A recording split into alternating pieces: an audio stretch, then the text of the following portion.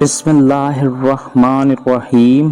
اور کہا، ہائے افسوس یوسف کی جدائی پر، اور اس کی آنکھیں غم سے سفید ہو گئیں۔ حضرت یوسف علیہ السلام کو جب معلوم ہوا کہ ان کی جدائی کے غم میں حضرت یعقوب علیہ السلام کی بینائی جا چکی، تو آپ نے اپنا کرتا بھائی کو دیا اور فرمایا، میرا یہ کرتا لے جاؤ اور میرے باپ کے منہ پر ڈالو، ان کی آنکھیں کھل جائیں گی۔ اور جب قافلہ مصر سے جدا ہوا، یہاں ان کے باپ نے کہا، بے شک میں یوسف کی خوشبو پاتا ہوں۔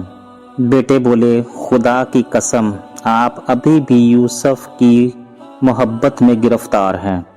حضرت یعقوب علیہ السلام اللہ کے نبی ہیں۔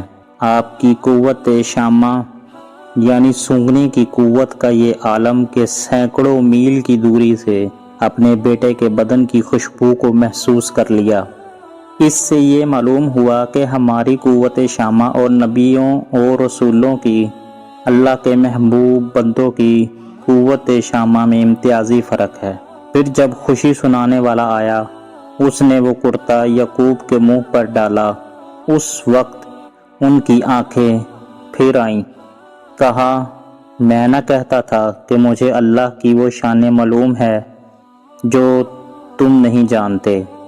حضرت یوسف علیہ السلام کی یہ قمیض بھی دوسری قمیضوں کی طرح کپڑے کی بنی ہوئی تھی، مگر جب اس کی نسبت پیغمبر سے ہو گئی تو اللہ نے اس کی عزت افزائی کے لیے اس کپڑے میں ایسی تاثیر پیدا کر دی جس سے حضرت یعقوب علیہ السلام کی گئی ہوئی بینائی واپس آ گئی، اور رب کی مشیت سے آنکھوں کی گئی ہوئی بینائی واپس ملتی ہے۔